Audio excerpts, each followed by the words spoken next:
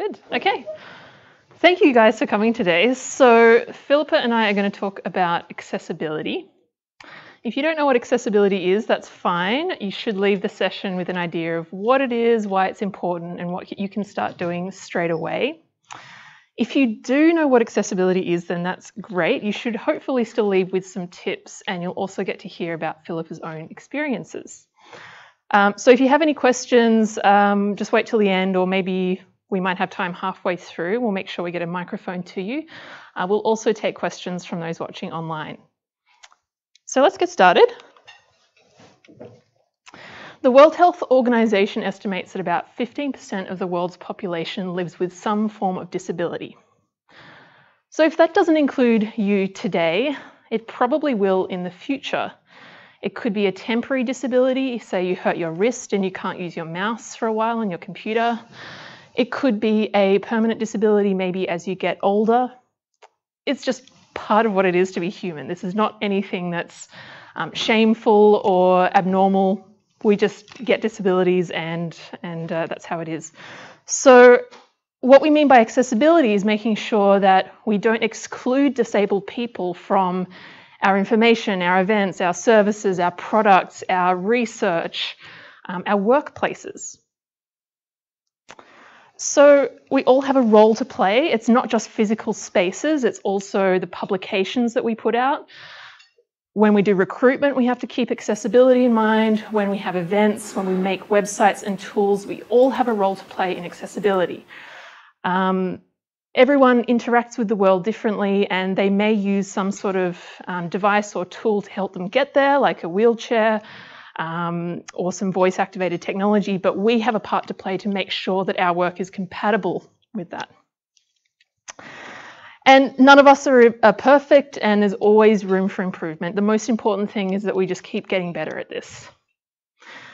Because this is more than just a frustration, this is a human rights issue. So if we make products and services that are not accessible, then it's infringing on people's freedom and independence and their ability to work with us. But there's another way of thinking about it. So yes, it's important from a human rights point of view and from a legal point of view in many cases, but there's also a really positive side to getting accessibility right. Accessibility is really innovative. So almost every technology that you have has been improved by the process of making it better for people with disabilities. So this includes typewriters and keyboards have been made better, working with them and working with blind people who really appreciate the tactile side of it. Captions, they also are really important, of course, for deaf people, but I'm sure all of you at some point have used captions on social media or in a quiet room or when you're learning a language. So when we make our products and services accessible, we are improving the world, not just for people today, but for all of us in the future. So I'll be back at the end to talk through some tips on what you can start doing, but for now I'll hand over to Philippa, who will tell us about her own experiences.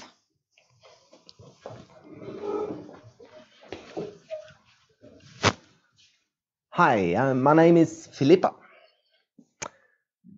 You might wonder, a life without hearing, is that even possible? You miss out when the birds sing, you can't hear the water, you can't hear music, you can't hear any sound at all. Is that possible to live in a world without hearing? And how do you survive without that ability in the hearing society that we all live in?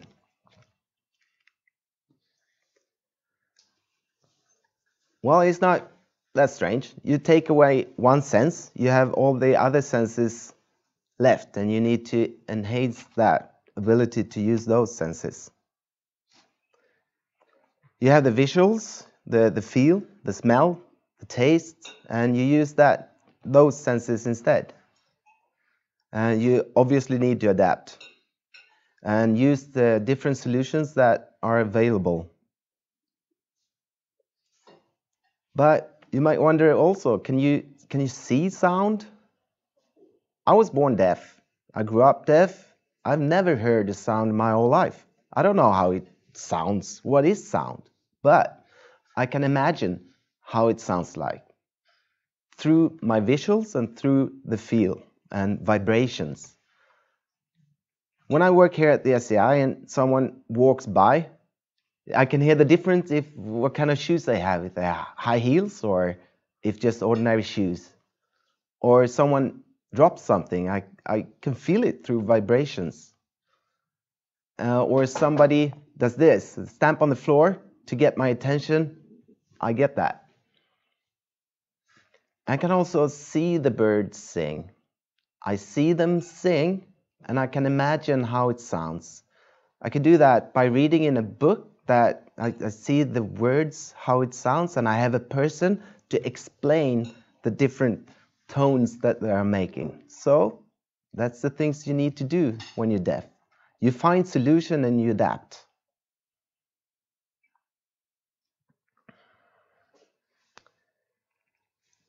Can I talk? Yeah.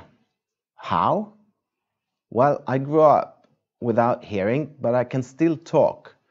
All right, my voice doesn't really sound like yours. I learned without being able to hear myself, or anyone else for that matters. I practiced and practiced and practiced, and my family helped me with the lip movements, with the tongue movements, and then they say, yeah, that's right, when I practice. So it's voluntarily, it's not my first language to speak. My first language and my mother tongue is the Swedish Sign Language that I'm talking right now. And it's also an official accepted language in Sweden, and it became that 1981. So it's a minority official language in Sweden. It contains the own grammar, own structure, and everything that spoken language consists of. The other languages that I know is written Swedish and English. So I've learned that through reading and writing. Obviously not through hearing, because I'm deaf. So I obtained those languages by reading and writing, and it's just another way to find a solution on a problem.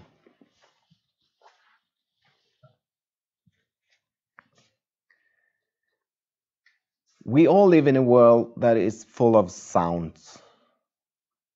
But if you take away the sound, how is it? Well, as I said, you need to find solutions to get by. It's not more difficult than another person that needs to adapt to something, and you need to try. If it works, it's fine. If it doesn't work, well, you need to try something else and also ask for help. And often it works good. You find a solution and you can move on. But sometimes, for sure, it doesn't work and it gets really frustrating. I'm not always included. For instance, if I'm on a train and the train stops and nothing happens and I'm sitting there, the information goes through the loudspeakers and I have no idea that there even was any information. So I have to ask someone, and maybe I can get the information then. Okay, it's broken, we're gonna leave in an hour. All right. Sometimes there's information that you can get by different tools that help you. Maybe you know that the text in the buses and the train, the text can come up and I can read that. So that includes me. When I am at work or at the office or wherever with hearing people, I miss out a lot. It's very frustrating to not be included everywhere, obviously. But we also got solutions for that. It's not the best option, but it works pretty good and most of the time. We got different tools that you can use. You can just, if you want to ask me a question, just take your phone, write, we can chat or email. Sometimes we have interpreters, like these two, my lovely colleagues here, the interpreters, and they help me to be included in the seminars, the teamwork that we're doing and the discussion that we had. So they translate from the Swedish Sign Language to, in this case, English and the other way around, and also Swedish, obviously. So that helps me to be included. I get the same information as everybody else.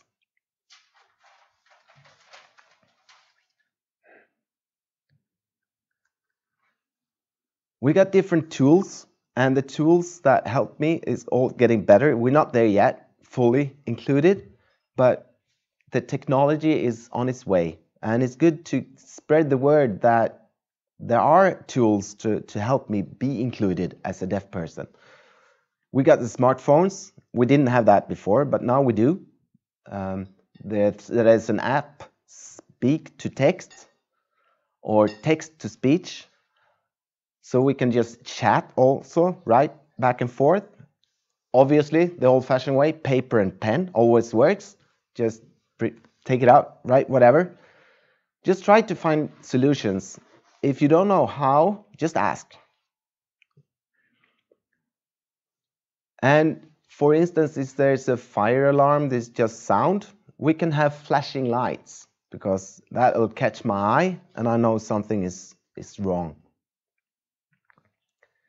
If I look at TV or a movie with the subtitles, wow, that's a big thing for me, that not hearing. So if I look at a movie or look at TV, there's no text, there's nothing for me to see there actually, because I don't know what's going on. So I just change the program and watch something else. It's very important to think outside the box. And you can get through everything. If you just think, like me, I'm deaf or hard of hearing, or you have a blind person can just, by you saying more describably what it is that they're not seeing, they can be included. It can be a dyslexic, yeah, or another handicap or disability that you're not able to see. It's much more common to have an invisible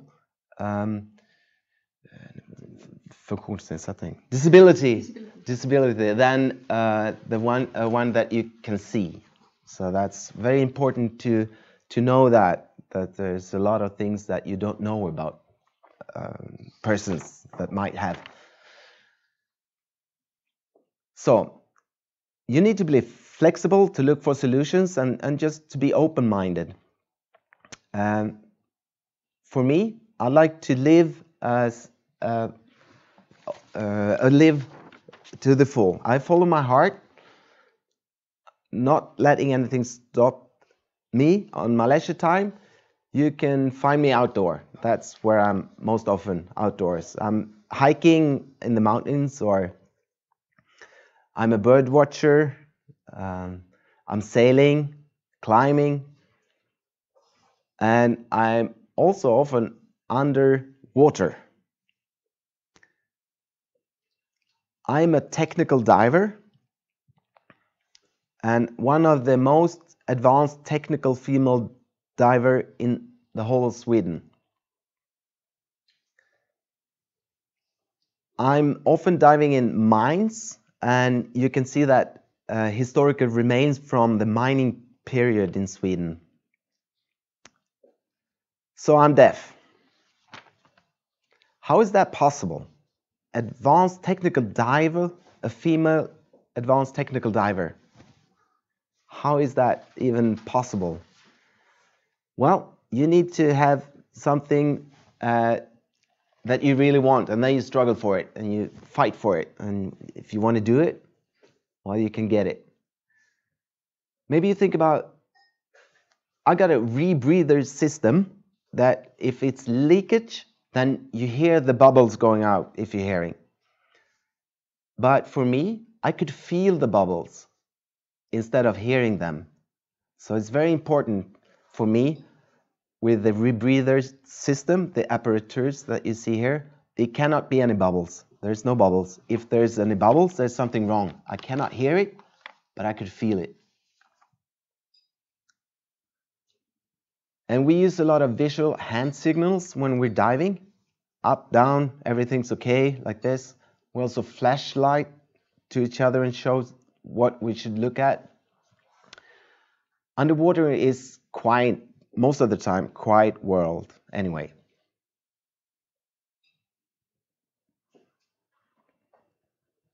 And I also wanted to be this technical diver, so I'm one of the few that have seen a wreckage in the Baltic Sea. It's 65 meters depth.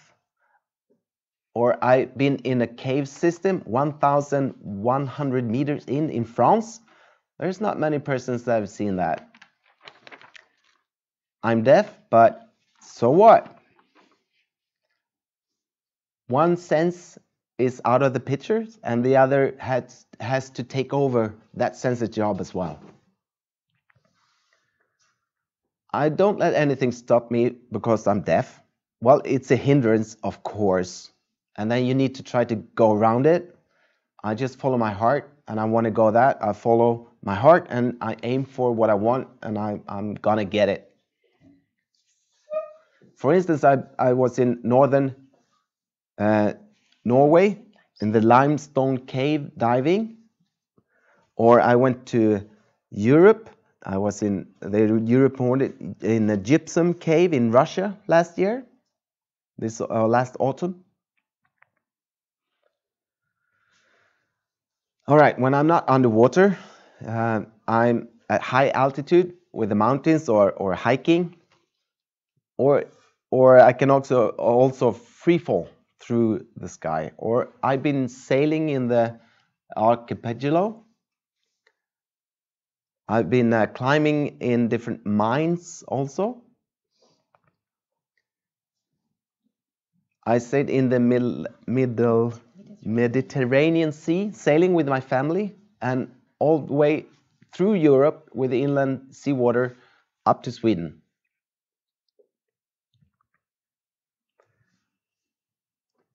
So when I dream on something, well, I want to go around the world, for instance, sail around the world. So again, me being deaf is not going to stop me for doing what I really want to do. If you have a hindrance like this, well, you just need to try to jump over it, dig under it, or go around it. You need to find solutions.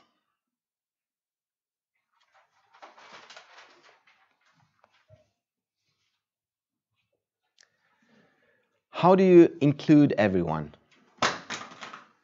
Yeah, you need to think outside the box. If there's a message that you want everybody to be able to get, how can you see a picture if you're blind, for instance?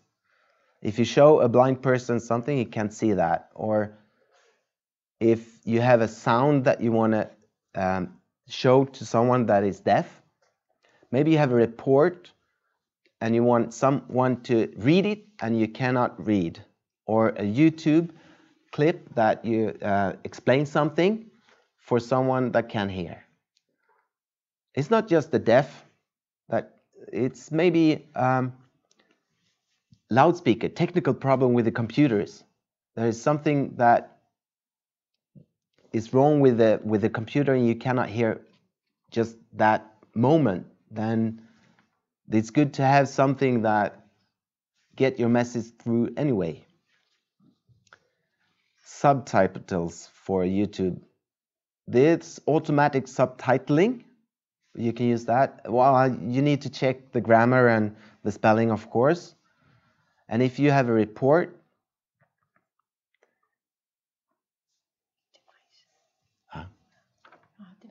yeah, you can have that on the text to be read out aloud in any of the devices that you use it. It could be a mobile phone or computer or whatever.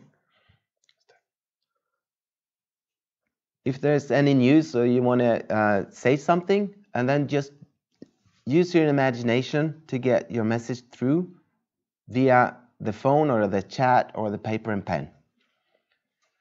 And if you're not certain, then just ask. How can we do this? Let's do this together. How can you help me get my message through?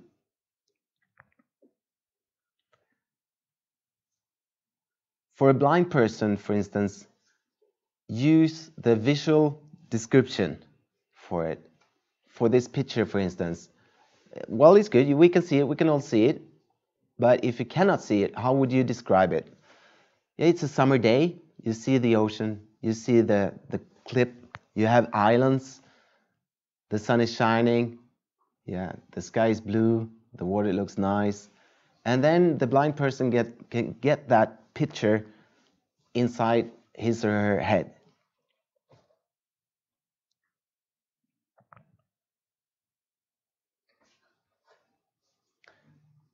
Everybody has to have an open mind, not be afraid, just to take contact and ask. We can help each other. Because there's a very fundamental thing about a human being that you really want to be included.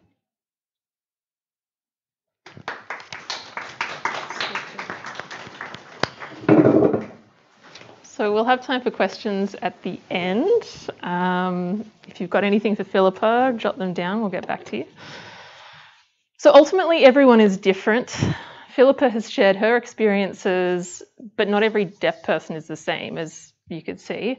Not every disabled person is the same, and not every person is the same. So there are lots of different kinds of disabilities, lots of different kinds of preferences as well. And so with accessibility, as Philippa has been telling us, it's all about options. And this is not a perfect way of thinking about it because some options might be less useful than others, but it's a really good way to start thinking about it. So if you have an event on the second floor, don't just have the stairs as the one option to get there. And it applies to lots of different kinds of activities as well. So thinking about options. So I'm going to go through some quick tips. We're going to go through pretty quickly, and it's not going to be in depth on how exactly to do each one. So my challenge to you is to find as many as you can that you can commit to start doing straight away. If you need to look up some more help and advice afterwards, you can do that, or come and talk to me. I'm happy to help. And you're not going to absorb all of them, I'm sure. So if you need to, come back to this presentation later or start with the ones that you can and then build on your knowledge as you go. Okay, so videos. We did talk about captions, very important. Good audio quality is also really important. And like Philippa said, sort of saying what's being shown. So especially if you're presenting and you've got a PowerPoint slide up here, you don't just put some text up or a graph up and expect people to read it or understand it. It's about explaining what's on there so people can listen or look or both. And also consider transcripts and audio descriptions for videos. So this is sort of the next step from captions. Transcripts is a text file where you can see everything that's being said, and audio description is more detailed captions. So that's sort of the next step for videos, and transcripts are also really good for things like podcasts where there's no place to put the captions. With written text, you want to keep it simple, avoid jargon and long words when you can. So some people have problems reading, and if you simplify it, it really helps. Don't have paragraphs that are too long. That helps them with tracking their eye across the text. And start with a clear summary so that someone doesn't have to read the entire document to understand what's in the document. So a good summary at the top, right underneath the title of the document really helps. And headings are really good. So headings are a navigational tool for if you've got a really long document. They help people to find the right part that they want to read so they don't have to read everything. They're also really helpful for blind people who are trying to find a certain part of the document so they can skip to a certain part based on the heading. And you do want to make sure you're setting the headings properly and not just making bigger text in bold, but using the actual headings in the document. So if you have a Word document and your table of contents works, it means that you set up the headings correctly. Another thing is color contrast. So let's see if this works. So if you Google something like color contrast checker, you can find a tool like this, and you can put in the two different colors, your background color and your foreground color of your text, to make sure that it's high enough contrast, because some people aren't blind, but they have low vision. They might not see things as brightly, or they may be colorblind. So if you make sure that your color contrast of your text is, we're aiming for this AA requirement, then that's going to be a really good thing. When you're writing links, try and avoid words like click here and download as the actual text of the link.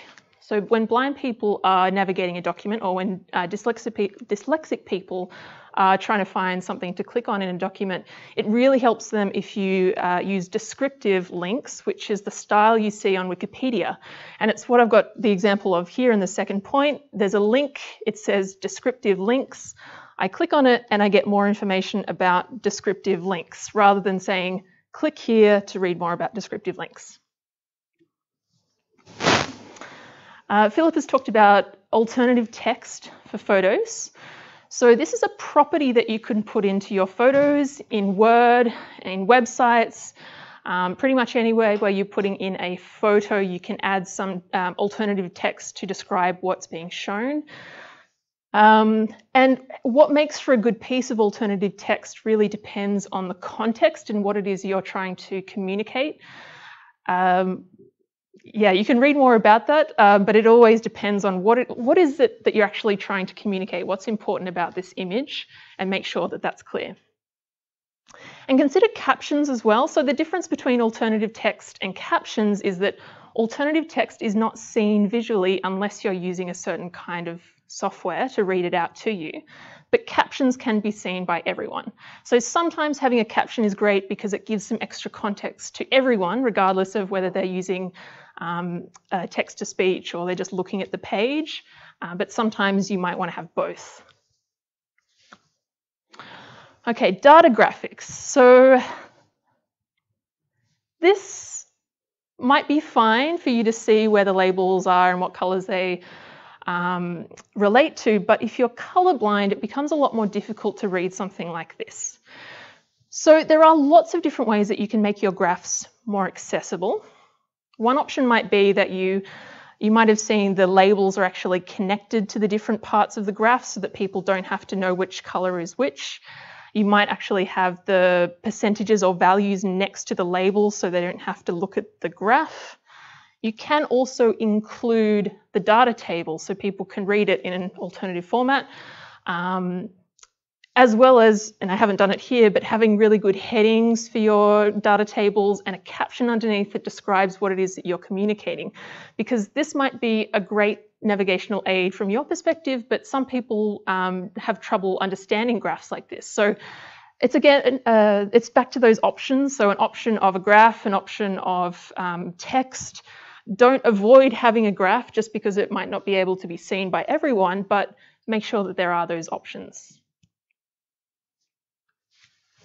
Okay, tables. So you want to use simple tables. This is not a simple table, and I'll explain why. So this has many different rows of headings. You can see there's 2018 is one heading, summer, winter, autumn, blah, blah, blah, that's all a heading. And then we also have another heading midway through the table. This is difficult to interpret, especially for blind people who are having their computer read out what's on the screen. So what you would do instead is actually split that into several tables. And so now you can take the heading, put it outside the table. The table is a simple table. It's only got one row of headings. You might also have a column, so it can be a column and a row of headings, but never more than one column or more than one row of headings. Another thing about tables, oh, and again, captions are always good. Clearly saying if there's a trend that's being shown, if you just write that as a caption underneath, that's great for people who may have a hard time understanding the data itself.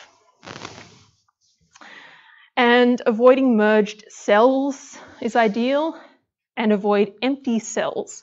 So if you have an empty cell, think about why is it empty? Maybe it's because there's no data, in which case you can write no data in that cell. Attachments. So one easy thing you can do if you're sharing attachments is to set a document title. So in Word, I think you go to File, Properties or something like that. I think it's pretty similar with PDFs. And there's a field where you can set the document title, which is different from the document file name. And the title is a human readable title of what your document is. The file name might not be so readable. There might not be any spaces. There might be underscores and hyphens, and it's not so easy to read that. But a title, it's often what's read out as the first thing when a blind person opens up a document. So it's a really easy thing you can do.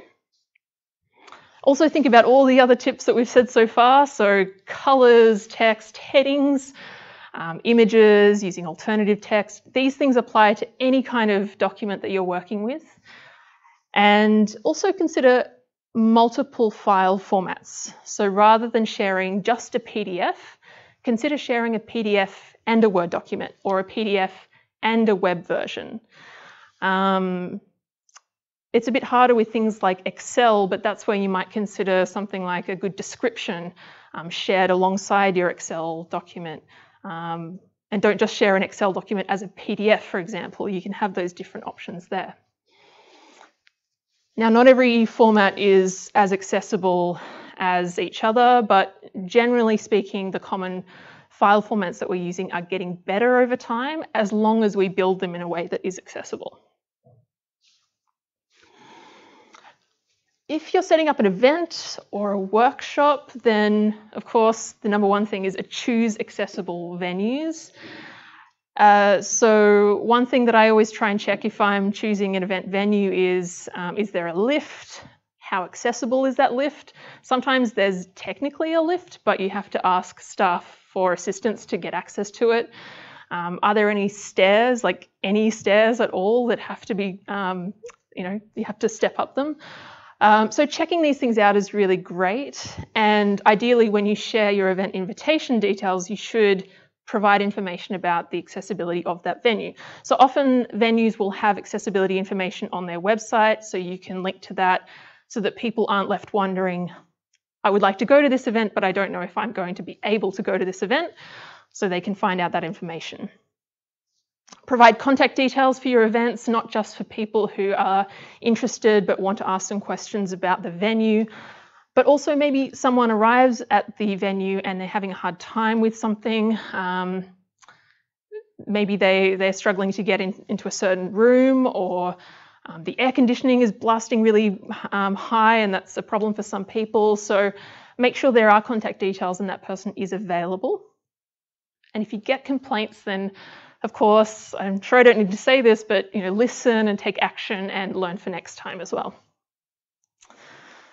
Okay, tools and websites and systems. So there are these guidelines called the Web Content Accessibility Guidelines. And if you are working with a developer who's putting together a tool or a system, or if you yourself are building something, you should be aware of these guidelines and you should be following them. So there's plenty of information online about what they are and how they work. They're not perfect, but it's a really good foundation for the accessibility of your tool or your system. Unfortunately, you can't trust people who say, oh yes, this thing that I built is compliant to the Web Content Accessibility Guidelines.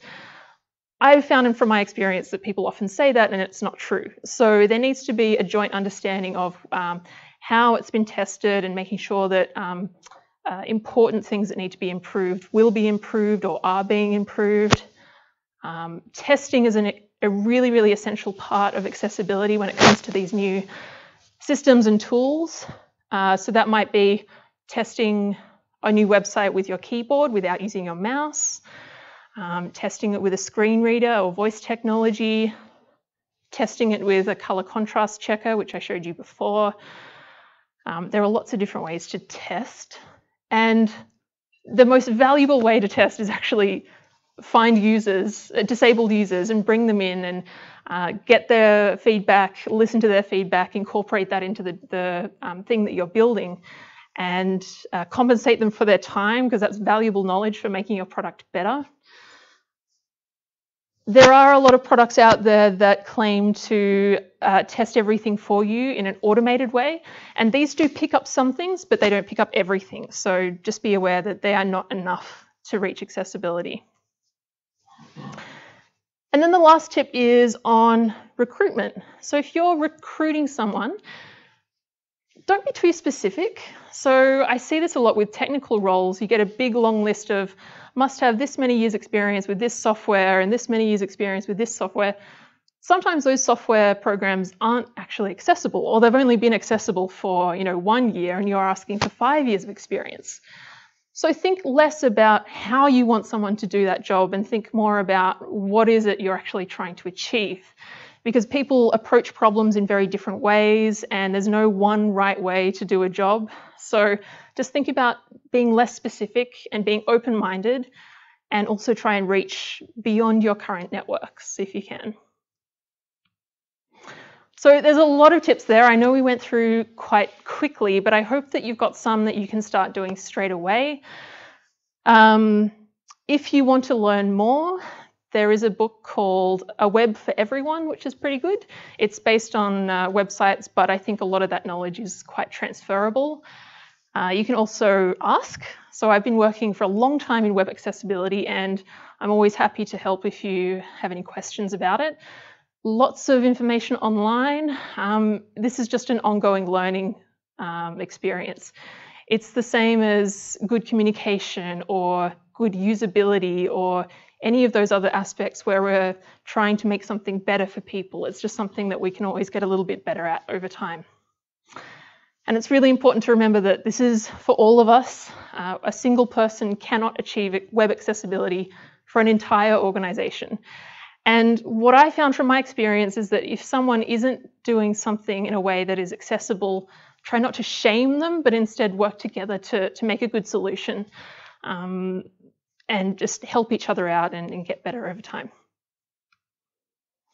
So before we go over to questions, I'd just like to finish with these 2 sentences I'm sure you've heard many times before from our website. We are an international non-profit research and policy organisation that tackles environment and development challenges.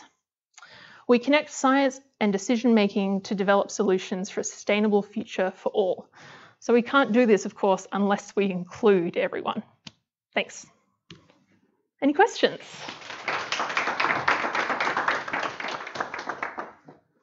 For me or for Philippa? Yes.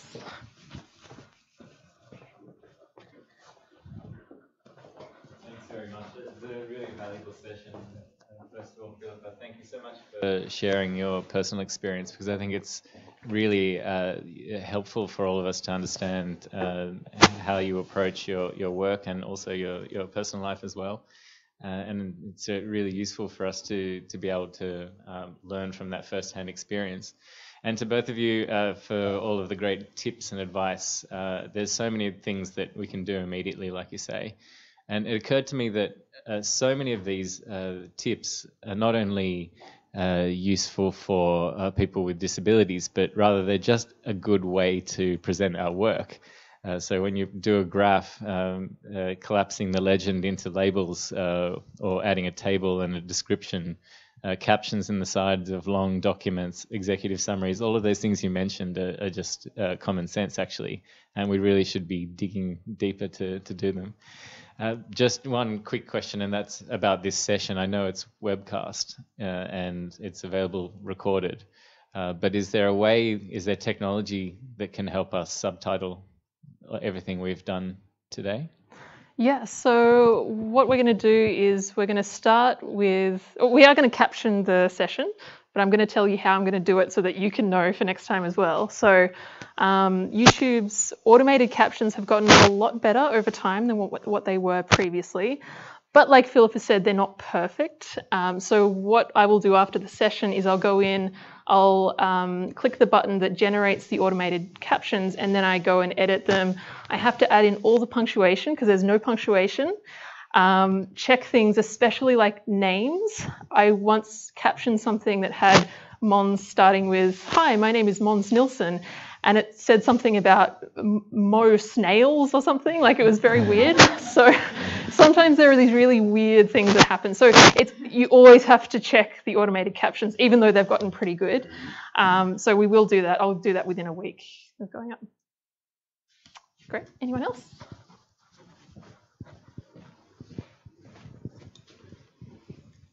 First of all, thank you very much, Philip and Misha, for this session. It was a very interesting learning experience for me, and I look forward to learning more and putting into practice the tips that you've shared. And just in line with what Tim has just said, I think I discovered recently that when you have meetings in Teams, and you're using the video option, it has a feature that can generate captions for whoever is speaking in real time. I haven't used it that much before, but I understand that Ian was trying to play around with it with some people already. And I don't know how perfect it is, but I imagine that it will get better with time. So that's something that we can also already hop on and utilize. Yep.